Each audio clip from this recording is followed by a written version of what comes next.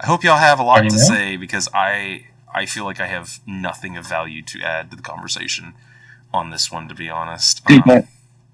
Diglett, that's what you have to say?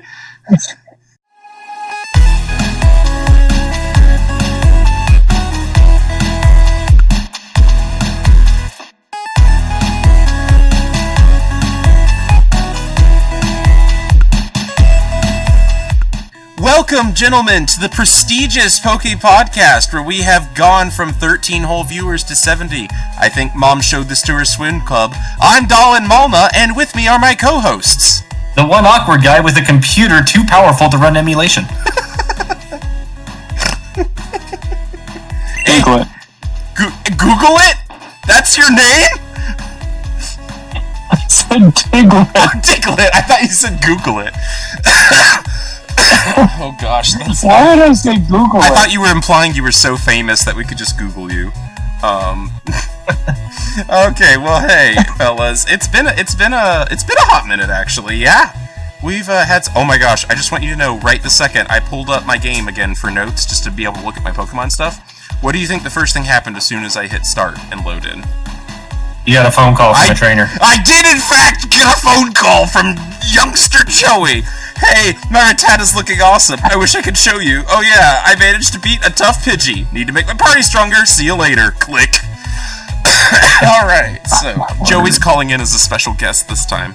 Fellas, it's been a hot minute, and we are feeling poketastic about this. I think we're all just having a grand old time, and we have gone through some hardships and come out the other side as stronger and wiser men, I think. So, without further ado, you guys ready to talk about... I gotta do this. That's right, you told me. Christian, are you ready to talk about your Pokemon adventure and how you became the leader of the Johto region in the Elite Four? Absolutely. Oh man, wow, okay. What about you, Austin? Insert funny phrase here, but yes. Yeah, okay. Alright, honestly, I've been stalling because for the life of me, I cannot remember who the 7th gym that we fought was. Do either of y'all remember? That is a very good question. I don't even remember what type. I remembered the type of the 8th gym, but I'm trying to remember what was Gym 7. Pokémon. Was that the little girl? He had... I think it was Gym... Yeah, that one was... Gym 6 was the little girl. Yeah, but Gym 6 was the 7th one we did. Remember? Because we did the 7th one, because of how it is. Yeah, you're right. It was Olivine, yeah, Jasmine. She was a complete pushover. It's why I didn't remember her, because she's interesting, because you can basically, and I don't know if Christian did this, in fact I'll ask him in a second, but Austin and I definitely did this, where we basically cleared, like, the dungeon portion of her, gym already. Like, because you can go up and do, like, this whole tower and get to the end, like, where you meet her, and she's like, I can't fight you and do the whole gym thing. My Pokemon's sick. Go get medicine. And then that's in Mahogany Town, where you fight the 7th guy, basically. And you get the medicine, and you go back to her, and then, like, you've already fought all the trainers and done all the traps, and she's like, okay, I'll fight you. And it's just literally, like, a short little straight line. And then all she has is two level 30 Magnemites and a level 35 Steelix. Like, that's it. She's like an absolute gimme. So, I mean, I feel like it's obvious. Well, okay, Christian first. Austin and I believe did that. Did you do her in the right? Like, did you do the whole thing and then have to come back, or did you not even go up her tower until like you were ready to do her gym badge? I did it all and had to come back. Okay, yeah. So that was all of us. Because Austin, you were the same, right? Yeah, I was. Yeah. So that was. We all had that experience. And. I don't know. We all forgot about her, so I guess it wasn't that memorable. It's kind of... I don't think she gave any of us trouble, right? No, the most memorable thing, coming from my side, was the design of that place. My poor character, the kid, has so many broken ankles trying to traverse that place because you have to drop through the ceiling in order to move around, and it's ridiculous. Yeah. Who designed that her building? Tower, yeah. The nice little shortcuts. I don't know. I don't have much to say about it. Like, look, this game has been fun, but there's not that much different about it from Gen 1, I'm feeling like, in terms of at least this far in. We kind of went over last year. It feels like last year. Last episode. A lot of the, quality of life. There's some nice, neat things, but, like, I don't feel like I got much to say. We fought the little girl, she had steel, and then we went to the next gym. Like, am I forgetting anything interesting, or is that what happened? That's pretty much what happened. I think I skipped an interesting thing because it wasn't necessary, and I kinda half forgot about it, half didn't care. Starting with Dolan, did you use Whirlpool to go to, like, the fancy islands in between Gym 6 and 7? No. Oh, you What did? about you? I did. Oh! What's there? I have no idea. Yeah, I just was not interested. I don't know what's supposed to be there. I went through, like, I kind of went through it, and I didn't find anything. So, maybe we should all go back. No! I don't know if there's, like, a legendary there. I don't know what the point of it I bet was. that's right, because I completely skipped the legendary. I didn't bother looking for him. I bet you're right that the legendary's there. Because we get the wing item at some point. It is funny how, like, big air quotes wrong we're playing this, because we're all doing our special challenges, and basically they all involve none of us getting legendaries. I don't know that that's a hard and fast rule, but we've all just kind of been like, we're making a team, and it's not gonna have a bunch of legendaries in it. So it is funny that there's, like, all these really cool built-up legendary, you know, Pokemon battles, and we're just like, nah, you're not part of my team, and just completely ignoring them. Like, none of us have caught a legendary, right, in this gen? Austin? Correct. I don't think I caught a legendary. I'm trying to think if there was any weird random encounter. I think the most special Pokemon I have is the Red Gyarados. Yeah. So yeah, it is funny. I think that'll change as we get further, because even though we're not going to use them, I don't mean to be down on this game, but I suspect we're going to start enjoying the next few gens a little bit more, and we're more willing to maybe engage with the side content. Be like, oh, I'm having fun, I want to go check out what's behind that cave. But, like, I don't know about y'all, but I'm kind of, like, laser focused on the next goal, and I'm not, like, really, I don't mean to be down on the game, but I'm not, like, super immersed in the world of Pokemon, so I'm kind of like, okay, what do I need to do next? Okay, get that, and I've engaged with a little bit of the side content, but almost exclusively when it was, like, required to get, like, one of the Pokemon or a move I wanted or something. I haven't really just wanted to wander around. Christian, have you went and visited the island, so have there been other places where you felt engaged enough to want to explore, or just kind of accidentally wandered into a couple things? I've accidentally ran into Suicune like 6 times. I think that's mandated, right? By the plot? I think so. Like, I don't know what I'm supposed to be... I honestly don't know what I'm supposed to be doing with it. Because it's just, like, randomly on a path or randomly under a tree. And I'll just be walking, and then it will just jump out from under the tree, look at me, and then bounce away. And I just don't know what to do with that. There you go. Isn't Suicune supposed to be a little bit more important in Crystal? I know Austin and I haven't run into that at least, but okay, I had no idea what he's talking about. No, I do know about this. I read about this. So, because he's got the special 3rd version, one of the story changes is that Suicune gets more importance, and I was like, what does that mean? And apparently it means he just hops out in front of the path, growls at you, and walks away. So, riveting things. Yeah. That was why I said... Like, I think I'm thinking I'm gonna fight him, but never does. I think you have to go find him to catch the legendaries. I think, like, catching Suicune and maybe the others, like, unlocks the ability to catch Ho-Oh and Lugia, which would be significant if we cared about the legendaries. But for us, it does. I think, like, they're trying to, like, set him up as kind of like the boss gatekeeping, like, the legendaries, but since we're not really engaged with that plot line, I feel kind of bad because, like, we are adults playing a children's game, and we're not rushing through it, but we're not, I don't think we can't play it the way it was intended. But we are clearly not judging it on the merits of when it was released. We are looking back through a modern lens, and so some of the stuff just does not hit as hard. Because imagine how cool it would be if it's like the second Pokemon game ever, or gen ever, and, like, dude, this legendary keeps popping up, and I think it wants me to, like, find it and, like, have a duel to the death with it. Like, that'd be so cool in, like, 1990 or, I guess, 2001 or whenever the Crystal came out. But, like, nowadays, it's like, that was weird. I want to go to the next gym, please. Thank you. Yeah. But, yeah. Yeah, that has me both excited and terrified to revisit Gen 4. Yeah, I wonder how it's gonna hold up. I haven't played it since I was 16's got to be the last time I replayed it, I think. No older than that. So, golly. Wow. And I am... Oh my gosh, that was more than a decade ago. That was nearly 15 years ago. Yeah, I don't want to think about that. So old. Okay. Ignoring the insurmountable procession of time, Gym 8 was Dragon Gym. And, Austin, any super strong thoughts about the Dragon Gym? Only that it was finally the time where I took damage. Virgil was getting super effective hit a lot. I think there was some Dragonaires inside that gym that decided to show me. Yeah. 3. And they were like, hey, Virgil, what's up? Take this. And started dishing out some hurt, but it wasn't enough to stop me. Still first time, trumped him. I'll say my opinion afterwards, but Christian, any strong opinions, thoughts about the Dragon Gym? The Dragon Gym, honestly, I didn't really run into any issues with it. Yeah. As far as I can remember, at least, I think I got it all on my first try. Yeah. No, that's so. I wrote Garmin Sweep as my note under the Dragon Gym, so I guess it wasn't a problem.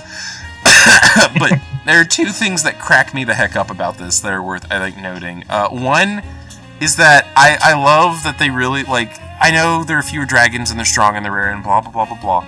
But it cracks me up that there are so few dragon types that every gosh darn time, like, a dragon user shows up, they just spam some version of, like, Dragonite or somewhere on its Dratini, Dragonair, Dragonite, somewhere on its evolution. They just spam it 3 times because there aren't enough Pokemon for it to, like, have a dragon team. They're just like, here's the one dragon Pokemon, like, 3 times in a row. And it's not even its whole evolution. It's just they pick one variation of the evolution based on how hard it's supposed to be and just keep spamming it and, like, maybe give one a different move. Like, yeah, Surf, Thunderbolt, Ice Beam, and everything else is the same about them. That, like, cracks me the heck up. Oh, and the second thing that was funny as heck about this is you frigging beat her, and then she's like, I don't acknowledge you. Go do this, like, go do this stupid, like, errand for me, and then I'll get you the badge. And I was so furious, but then, like, the errand is, like, 5 feet away. It's like, you just literally go behind the gym and, like, surf, like, directly down and pick up a wing. She's like, alright, now I'll acknowledge you. And then, like, I don't understand. You don't even have to go back to the gym. She just follows you there, 5 feet away. Watches you pick something up, and it's like, okay, now you can have the badge. What was going through their minds when they programmed this? I don't understand. I don't understand. So yeah. While you're talking about that, I'm trying to think of any stupid, like, headcanon reason. I just can't. I don't know. Like, having, as an indie dev, that sounds so pretentious. But I guess I technically am. Austin and I are making a little game. Like, I almost want to say, like, there was some bug where someone, like, placed the item on the ground, like really early in development, and then they coded everything around it, and they're like, oh, we need to move that to her gym. And then every time they moved it, it, like, made the game crash. And so they're like, crap, what do we do? And they're like, just have her tell him you gotta walk to the cave to pick it up, narratively, because that's the only way we can keep the game from crashing. Just don't move it. Like, that is the only thing I can think of that could make that make sense to me. Huh. But yeah, it was, it sure was a goofy time. And then, I don't know, yeah, then we, getting to the Elite Four was a little bit funny.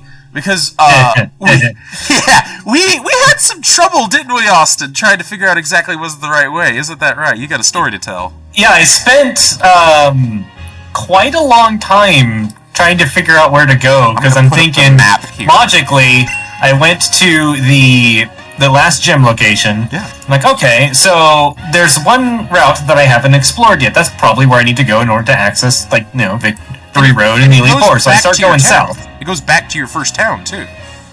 It does, yes, and there's a couple other caves in there, and the cave is completely meaningless. I'm like, ooh, fancy caves that I couldn't access before, and you couldn't walk up from your town because the little ledges stop you. But the cave just kind of takes you right back to, like, town 2 or 3 or something like that? It's just so that Yeah, it's a shortcut back, and then so I just kept going up and down it multiple times, and I ended up spending an entire hour trying to figure out where in the heck to go. And I think it was either you or Christian had to tell me like how to actually go because I just gave up. I don't remember either. Christian, was that you? Because I don't remember which one of us told him. I think it was a little bit of both because I got to the Elite Four and wasn't sure that they were the Elite Four. I thought that I got there and I thought that I accidentally had skipped ahead and somehow passed the Elite Four and got to like Kanto. Because you do technically have to enter Kanto to see the Elite Four. Yeah, so like it told me that I entered Kanto and I was like, wait a second. I feel like I'm getting out of order. So that was a little confusing. It doesn't really tell you what to do after you beat Gym 8. You just kind of have to figure it out. My favorite bit is like the map is just like the way it is, and he was like, "Where is it? I've been over all this darn map." It was like, "Go to the right of the town," or one of us said that. It was like, "Go to the right of the New Bark town." And you go right, and it's just like another map pops up, and it's like, oh, victory. Okay, yeah, I found up in our note, our communication, because we actually talked about that in text chat. It was you, Nolan, who found it for us. What nonsense did I even say? And also, we were talking about how Rock Smash is apparently not an HM and not required for the game at any capacity. Oh, yeah. Yeah. Any strong thoughts on like Victory Road, Christian? As you went through it, was it tough? Was it memorable? Did it wow you? Were you stunned? Amazed? Like the road itself, I didn't really have many thoughts on it. It was just kind of like a trainer and a trainer. Mm-hmm. I had an issue when you get in the cave part of Victory Road. Right. Because you basically only encounter like Geodudes and like golems, and they're just all using self-destruct. And then when you think, okay, great, I see the exit, I'm out, your rival shows up. Yeah, he does. I've been memeing on, because you warned me about that, but I've been memeing about rival jump scares. Now he shows up at the worst time, but then doesn't battle you. He shows up at the worst time and does battle you, finally, at the end of this. Yeah. Yeah, no, I saw my notes here, which is our conversation. I guess it was Two Thumbs and was absolutely wiped by the Indigo Plateau. And then you put me! And you said, how far did I make it? I said, not even to the rival. And you're like, oh, Victory Road got you? I said, I don't have grass type coverage, and there's a lot of grass types. Oh, man. Oh, yeah, and everyone was level 30. Oh, yeah, you said odds of me beating the Elite Four champion are very low. I'm getting bodied, and I put level 70 King. What level were you when you actually beat the Elite Four, Austin? I should have a screenshot of my highest level at that, and the 60, other one was just like one level above it. Yeah. Or one level below it, actually. It was like level 60. Yeah, so it's like 59, 58. Yeah. Okay. Were my levels. Nice. Crack me up, yeah. Oh, man. Yeah, that was rough. So we get there, and the problem with the Elite Four is, like, the previous highest Pokemon... Yeah, the highest Pokemon in Gym 8 is level 40, right? And then the champion is level 50. That's a level 10 jump in difficulty, with no events or grinding in between. And frankly, I was also level 30. I was already under-leveled for Gym 8, because the previous gym before that was 31. So for my leveling strat, I wasn't allowed to get above 31. And then I could go to, 40 or whatever, but, I was still very underleveled. I was in my mid-30s when the champion's level 50. So, quite frankly, I was very underleveled. The Indigo Plateau did kick my butt, and then when I finally got to the Elite Four, I wasn't even close to winning. I straight up, for, multiple hours, I think 4 hours, just went in knowing I was gonna die. I could beat like the first and maybe the second, of the Elite Four, and I just like flung myself into them for XP grinding, thinking very sadly about the fact that there's a friendship mechanic, and the more you die, the less your Pokemon like you, and thinking about how much they must hate me by the end of this. And then, so you, did you both get bodied? I guess I'll ask first, but did y'all both get bodied by the rival, and then how did the Elite Four go, Austin? Okay, so rival, I bodied my rival. Nice. I was pretty much fresh, because I just ran away from every wild Pokemon encounter, so I never had to deal with self-destruct in any capacity. So just walking around, beating trainers, like, oh, hey, rival, bye, rival, and moved on. My Virgil and Dante have pretty good power over him. And, oh man, the Elite Four. At least, finally, I get to see them. Last gen, I obviously did not get to see them. Yeah, this is a whole new experience for you, huh? Very new experience, yes indeed. The first Elite Four member wasn't too bad. Yeah, Will, right? Trying to remember what types they all were. I had them perfectly memorized when I was Dark. Doing it. He had like a Zacian. No, Dark was the last one. Wait, I think this was Psychic. Yeah, Will was Psychic. Yeah, this one was Psychic. Wait. And it wasn't. Oh, you're right. Will was Psychic, but he had a bunch of. He had Xatu, Jinx, Executor, Slowbro, and another Xatu, right? That might sound right. Yeah. I don't remember all of the Pokemon I looked them up. I think that's right. Yeah, so that one wasn't too bad. Because aren't they weak to? Are they weak to normal? I don't. Is that what the ones that they're weak to? I know I had some move that was super effective against them. Which Bite is dark, so you probably used Bite. Okay, yeah, I bited them to death. Yeah, I just kept using Dante and went bite, so I had a good breakfast for the first Elite Four member. And then the bane of my existence for trying to complete them was the second trainer. Funny enough, the first time I fought him, I wiped the floor with him, so I didn't think much of him. And then the third one gave me a little bit of trouble. The fourth one gave me a little bit of trouble.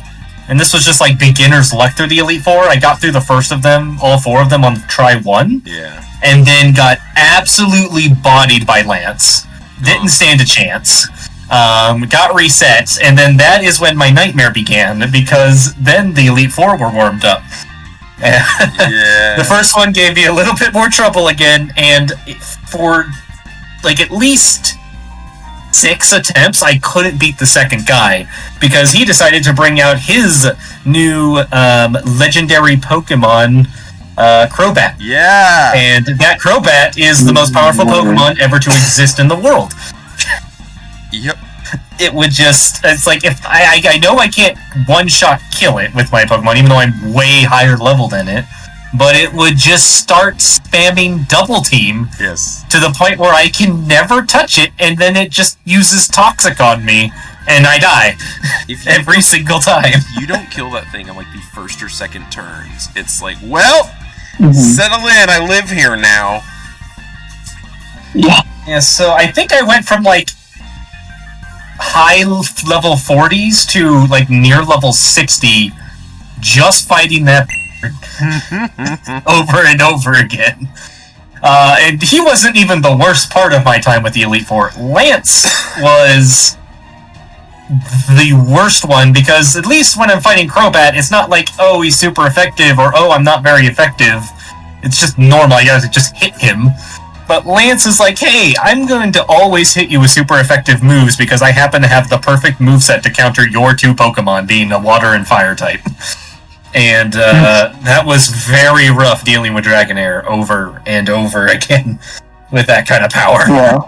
I sent the 3 pictures of literally Lance's last Pokemon in this round, which was Aerodactyl. It says, my last Pokemon was Furlonda. Furlonda fainted! And it's a picture of the fight, and then it's a zoom in, and you can't see anything, and it's a final zoom in, and there's like literally like a single pixel of health left, and I was just like, and then you put the emotional damage clip. I wanted to throw my Steam Deck when that happened. Oh my word, I was so mad. Oh! I was like, I was laughing. I was. Oh my word. Yeah. I never had a moment like that, thankfully. It was always just... I either get halfway through their roster and then perish, or I beat them, is how it kind of was. Because if I was defeated by the second guy, it was halfway through when he threw his Crobat out, and then it was just like, I was done. And when it came to Lance, he always beat me when I got halfway through his Pokemon roster. And the finally time that I broke through that, I was spamming healing items, by the way. There was literally zero chance I was going to make it to the Elite Four and the Champion without using a healing item once. That was never going to happen. And once I finally broke through the Dragonair curse, I had a shot. But Christian, you had like the hardest time, I think, right? Because you're... Remind everyone what your challenge... We know what your general challenge is, but remind them specifically how it applies to the Elite Four, please. Well, not even my challenge, because I'm not emulating, I don't have fast forward, so grinding takes so much more time. You gotta do it in real time. Yeah. But my challenge is, if I'm in a quote-unquote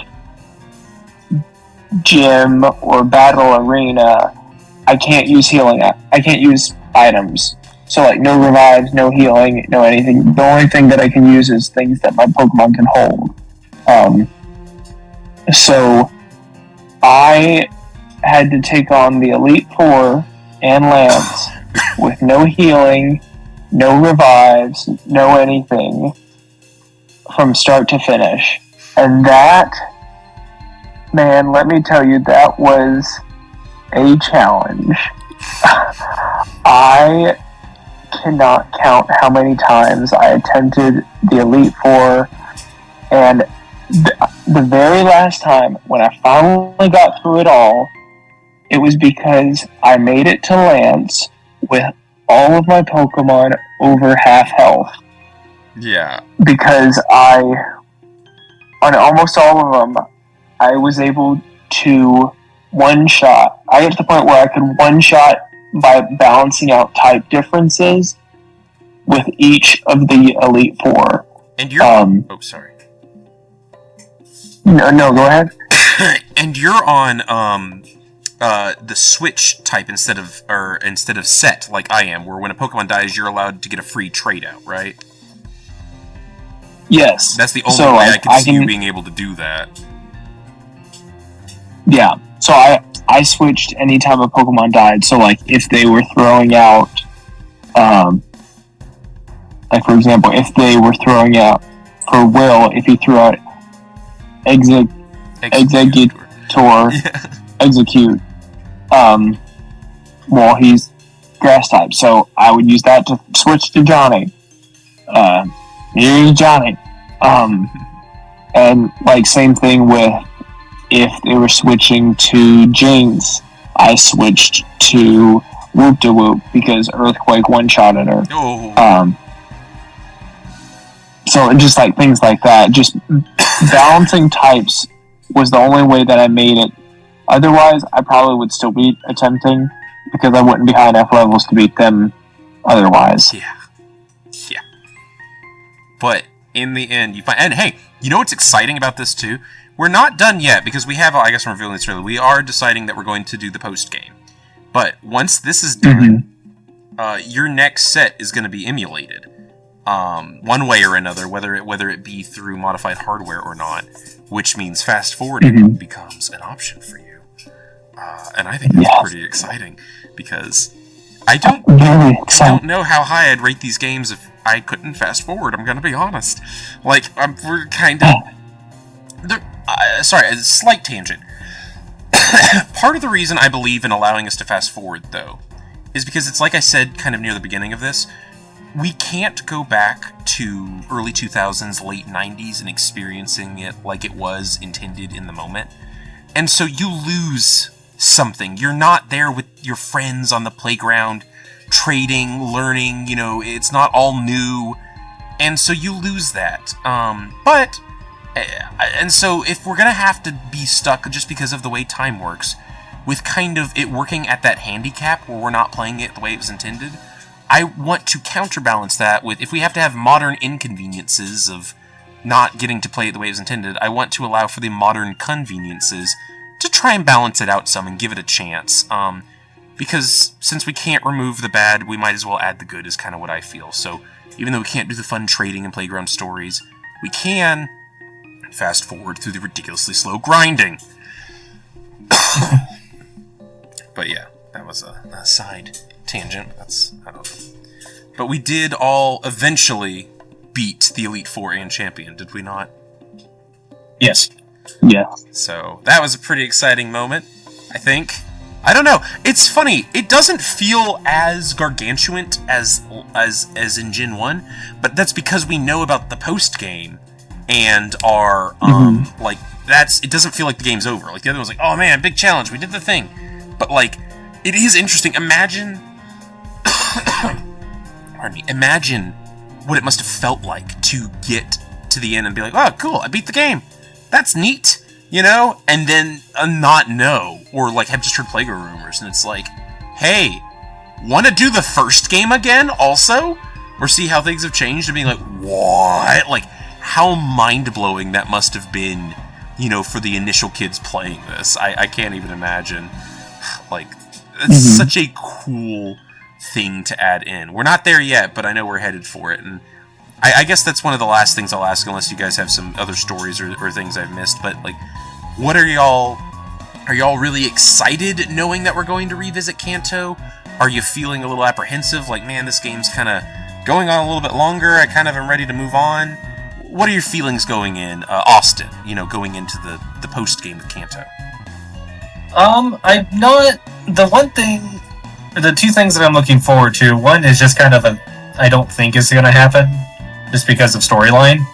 But the one that is there is being able to battle Red and having that epic battle with my team to see how they will handle that kind of a challenge will be interesting. And then the kind of copium thing that I was looking forward to that I highly doubt is there is, since we're going through the gyms again, and it's supposed to be like them later on and stronger, I wish I could. I don't know who took over Giovanni's gym, if it was taken over by someone else, but I really wish I could beat up Giovanni right now. So you want to at least beat up his successor, huh? I want to beat up Giovanni. I want my revenge. I promise you this. I think I've talked to you some, so I don't remember how much I've spoiled or not.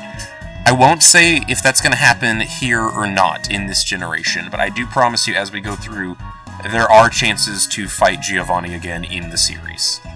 At the very least, we're gonna hit the remake eventually.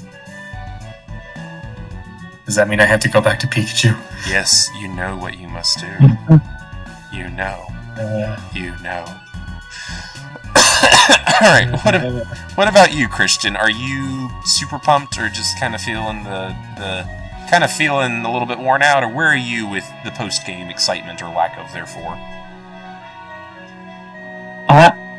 I'm excited because I just think this is a really cool, fun feature.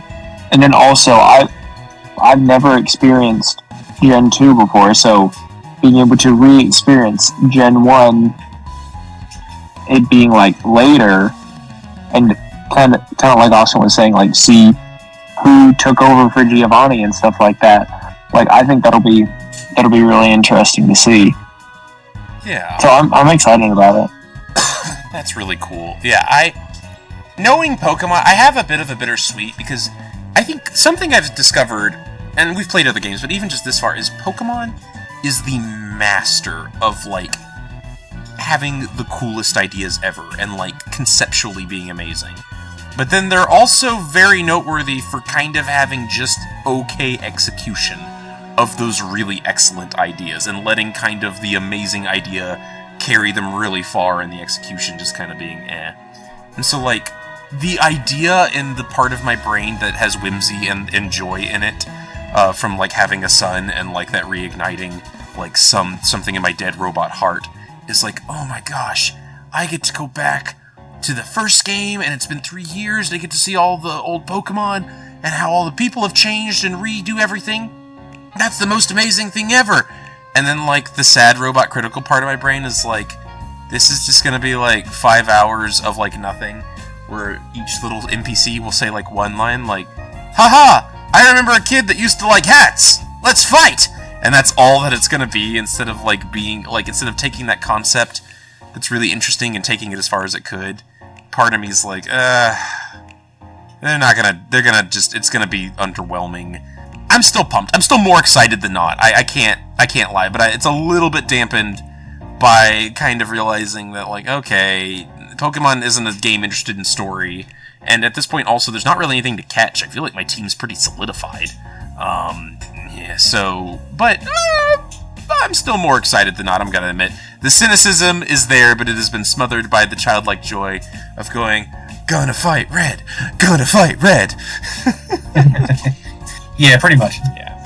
So, yeah, I that's basically where I'm at. Any other... I'll start with Christian on this one. Christian, any other fun facts or, like, things I kind of skipped over or didn't really go over in the itinerant that you want to talk about before we end the podcast? I do have some fun facts that I didn't know about in the previous episode that I wanted to just throw out there. It's fun fact time with Christian. This is genuinely one of my favorite parts of the podcast. Okay, hit us. I enjoy this just because, like, I try to look for something that I didn't know prior to going into this. Mm-hmm. So, the palindromic Pokemon, Giraffig, I think that's how you pronounce it.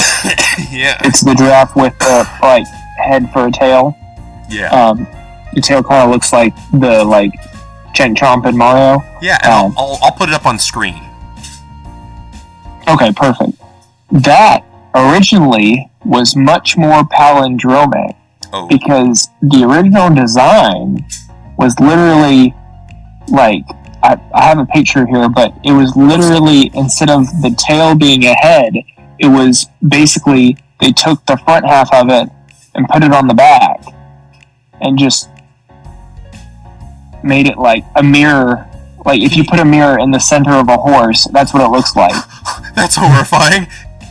But it's a really weird image to look at, so I'll definitely send that to you. Oh my gosh. And then I got another fun fact here. I know we talked about last time Meryl being Water Pikachu, Pikablue. Yeah. It was originally pink. What? The original design had it pink with smaller ears and no zigzag in the tail, so looking a little less Pikachu-esque. Interesting. I wonder if after the success of Pikachu being the mascot, because he wasn't originally supposed to be the mascot, it was going to be Jigglypuff, but after Pikachu kind of ended up being the mascot, I wonder if they went, oh, that looks kind of Pikachu-esque, and like, maybe we can tweak it a little bit to make it... Oh my gosh! Austin just posted the beta image there, and that is horrifying, and I don't like it. I think they did good by making it what they did, actually, because that upsets me. See what I mean? It's like they cut a horse in half and put a mirror there. That is exactly what it looks like, and I don't like it. I think a lot of the beta sprites are neat. I think all that's like the leaks on all the interesting beta sprites are neat to look at. But I gotta be honest, almost every time I've been like, yeah, no, that's better what they landed on. Glad they did another run at that. Yeah. Oh my word. No, I agree. I just think it's so interesting. Yeah, I love that. I do wonder if that Meryl fact was because they're like, maybe we can make it more like Pikachu, and people will like that. Although, not that I know Meryl, as far as I know, didn't really catch on. I don't know anyone whose favorite Pokemon is Meryl. Yeah. Maybe, though. I think it's pretty nifty. Any other fun facts, or is that it for this episode? Last one, just another little something. Yeah. So, one of the founding members of Game Freak that makes Pokemon, I may completely butcher his name,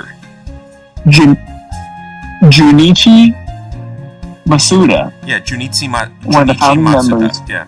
What you said. His favorite Pokemon from Gen 2 is Pichu. Oh, I could see that, because it's like... You know, that's a feature we didn't even really talk about I guess we should. Sorry, I was going to end the podcast, but it's worth mentioning real quick. We didn't really engage with this, but they added breeding in this game. That was not in the first game. This is the game that added breeding as a feature. So you could get, and to emphasize that fact, I was reading that this morning, to play off of your fun fact, that's why they added baby Pokemon to this one, was to really emphasize and make people, like, want to engage more with the breeding aspect. So, and it's actually funny, so, you know, the mechanics of breeding in this are you put two Pokemon that are, like, you know, compatible and are of opposite genders in a daycare, and you come back and there's an egg, and it's usually, I think, the mother's, but it could be one of the Pokemon, and it can inherit, like, stats and things, and you can, like, make really perfect eugenics Pokemon if you want. But a fun fact is one of the Pokemon that's really highly loved for breeding is Ditto, because it's compatible with every Pokemon due to, like, its nature. And the first place and one of the easiest places to catch Ditto is actually right outside the daycare in Gen 2. So they really wanted you to engage with the breeding. That's also why they give you an egg early on, so they can be like, hey, you can go get more eggs, you should totally try this. Of course, we all staunchly ignored it immediately, as we are wont to do. But, you know. Alright, so thanks for mentioning that fun fact. A, because I love it, and B, it reminded me of that thing that we kind of skipped over that I thought was an interesting, you know, aspect. Yeah. I guess nice even 3 will end there for now, but thank you for the fun facts. I always appreciate those. Of course. Austin, anything we kind of skipped over, or just a random thought, or anything that you wanted to toss out before we wind down on this one? Yeah, random thought category. I'm kind of curious what ended up happening with the rival that I just ended up calling Scum because he was a mean boy. But he's just like, is this cringe loving your Pokemon the actual right answer to power? Bah humbug, and ran away, as far as I remember. So I'm like, what happened with him? Do we see him again? Did he turn into anything? What was the point? Will we find out next time? Yeah, that's a good point. I didn't even talk about it because I didn't think about it. He does kind of have a very abrupt end to his arc, where, yeah, he's been like, power, power, power, as we've all said, and then, like, he's like, oh, maybe the true power was the Pokemon we enslaved along the way. But you're right, he didn't really get a very satisfying, even Blue in the first game, or Gary, or whatever you want, like, you know, at least kind of gets a dressing down by his grandpa. Is like, dude, stop being so overconfident, like, come on. And it kind of has a narrative arc end by being beaten, but, like, you're right. He just kind of is at the end of the Indigo, you know, the whatever, the Victory Road, basically, and then is like, bye. I hope he does show up in the post-game, because that does kind of feel like a arc that got slashed off. Oh, wow, we got all the beta sprites. Dope. I'll be sure to toss those up. Yeah, I just found that. Nice. I'll toss that up somewhere, but yeah. Yeah, alright, that's cool. Yeah, I don't think I have any other thoughts. No thoughts, empty head, just Pokemon. But I'm pumped to finally wind this down, and frankly, I'm tipping my hand a little bit. I'm still enjoying this. I am excited to get to Gen 3, because I kind of feel like, and this is going to sound mean, but I kind of feel like that's where modern Pokemon is going to sound mean, but like not prehistoric Pokemon starts. This stuff is cool, and going back to the roots is neat, but like, there's a cutoff. There's a really big shift between Gen 2 and 3. Gen 3 is where you could take Pokemon from Gen 3 all the way up to the modern Switch games. Well, maybe not, because they shut down some of the eShops, but presumably, until they shut down the eShop stuff, you could really transfer Pokemon from one game to the next, and you couldn't do that in 1 and 2. 1 and 2 kind of feel like in their own little pocket, kind of separate from what was going on. And it's the end of an era, and this has been neat, I've enjoyed it, but I'm really more excited to get to the era that I played as a kid. So I'm happy to do a little victory around Kanto. I'm looking forward to doing the post-game. I don't regret us deciding to do it, but I'm feeling the itch already to move on, so I'm pretty pumped to head off to the next adventure. So yeah. Guys, thank you so much for meeting me again and just doing this and taking all the time to do this. I really appreciate it. Hey, one other thing I'll toss in for the poor viewers. I know I keep saying one other thing, like in the dang podcast. We talked about this a lot, and Austin and Christian don't seem to have a preference, so I'll ask y'all. Were there other games we want to talk about too? There's a long list of them, and we'd take suggestions from y'all, but we also want to go through all the Pokemon. Would y'all be more interested in us just sticking to Pokemon and doing one gen after the other until we finish it, and then starting another series after we finish, all the Pokemon games ever?